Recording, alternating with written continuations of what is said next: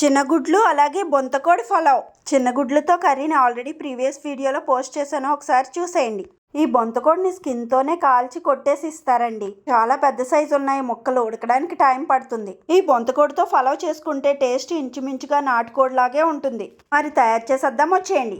నేను ఇక్కడ basmati rice 1/2 kg తీసుకున్నాను. శుభ్రంగా కడిగేసి పక్కన పెట్టేసుకుందాం. శుభ్రపరిచిన చికెన్లోకి ఉప్పు, కారం, ధనియాల పొడి, జీలకర్ర పొడి, బిర్యానీ మసాలా, కొద్దిగా పుదీనా, అలాగే కొత్తిమీర, 2 స్పూన్లు నెయ్యి, అలాగే 2 స్పూన్లు పెరుగు, ఒక బద్ద నిమ్మకాయ పిండుకోవాలి.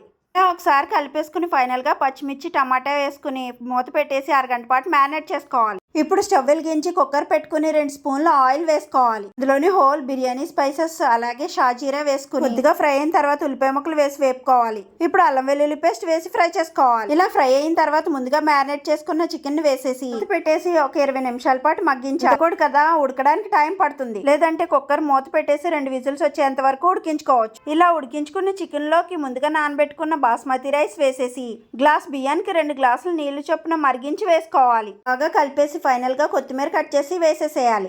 మూత పెట్టేసి 2 విజిల్స్ వచ్చేంత వరకు ఉడికించుకోవాలి. అంతేనండి, బొంతకోడి పలావ్ అయితే రెడీ అయిపోయింది. నార్మల్ చికెన్ తో పోల్చుకుంటే కొద్దిగా ఎక్కువసేపు ఉడికించాలి. టేస్ట్ అయితే చాలా బాగుంటుంది. వీడియో నచ్చితే లైక్ చేసి మన ఛానల్ని ఫాలో చేసేయండి. Thank you for watching.